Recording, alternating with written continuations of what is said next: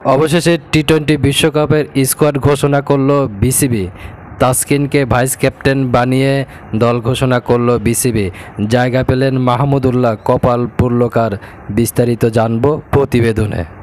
অবশেষে নাটকীয়তার অবসান। ছোটখাটো চমক দিয়ে ঘোষণা করা হলো বাংলাদেশের বিশ্বকাপ স্কোয়াড অনেকটা আগে থেকে অনুমেয় ছিল, শুধুমাত্র কয়েকটি নাম ব্যতীত।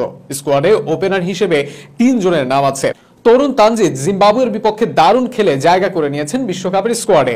এছাড়াও ছন্দে থাকার সৌম্য সরকার আছেন ওপেনার হিসেবে, বল হাতেও সাপোর্ট দিতে পারেন তিনি। অফ ফর্মে থাকা অবস্থায় উইকেট কিপার ওপেনিং ব্যাটার হিসেবে বিশ্বকাপে যাচ্ছেন লিটন কুমার দাস। ছন্দে ফিরলে এই ফর্মেটে যে তার চেয়ে ভালো কোনো ব্যাটার নেই তা বলাই চলে। লিটন, সৌম্য, তানজিদের পর এই স্কোয়াডে ব্যাটার হিসেবে আছেন নাজমুল হোসেন শান্ত, আর অনুমেয়ভাবেই বিশ্বকাপ স্কোয়াডে জায়গা পেয়েছেন তাওহিদ হৃদয়।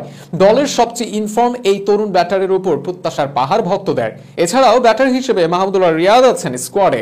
কিভাবে ঝরে পড়ে আবারও ফিরতে হয় সেটি দেখিয়েছেন সাইলেন্ট কিলার। বিশ্বকাপে বড় ভূমিকায় দেখা যাবে তাকে। এছাড়াও তরুণ ব্যাটার জাকের আলী অনেক আছেন স্কোয়াডে।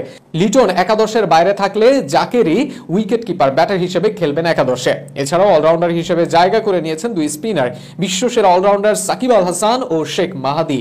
আছেন লেগ স্পিনার রিশাদ হোসেনও। রিশাদ, শেখ মাহাদি আর সাকিবের সঙ্গে স্পিনার তানভীর ইসলাম ডাক পেয়েছেন বিশ্বকাপ দলে। পেসারদের মধ্যে শরীফুল মুস্তাফিজ আগে থেকে নিশ্চিত। ইনজুরিতে থাকা অবস্থায় দলে ডাক পেয়েছেন তাসকিন, দলের ভাইস ক্যাপ্টেনও তিনি। এছাড়াও তানজিম সাকিব আছেন স্কোয়াডে। এই 15 জনের বাইরে হাসান মাহমুদ আর আফিফ হোসেন আছেন স্ট্যান্ড বাই। তবে কপাল পুড়েছে সাইফুদ্দিনের।